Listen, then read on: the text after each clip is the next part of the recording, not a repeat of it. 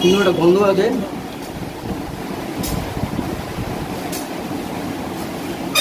একটু গ্রেভিটা মিক্স করে নিয়ে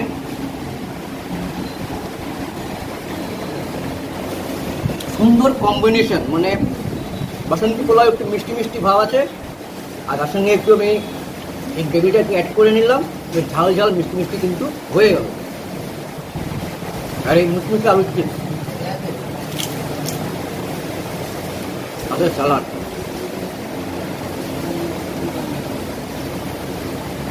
অসাধারণ কম্বিনেশন, অসাধারণ কম্বো। মাত্র 200 টাকাতে 2 পিস মাটন কষা দিয়ে বাসন্তী পোলাও, আর এটা কিন্তু একদম দেশি মটন বা দেশি খাসি যেটাকে বলা যায়। পিসগুলো মোটামুটি এক একটা পিস 50 গ্রামের উপরে আছে এবং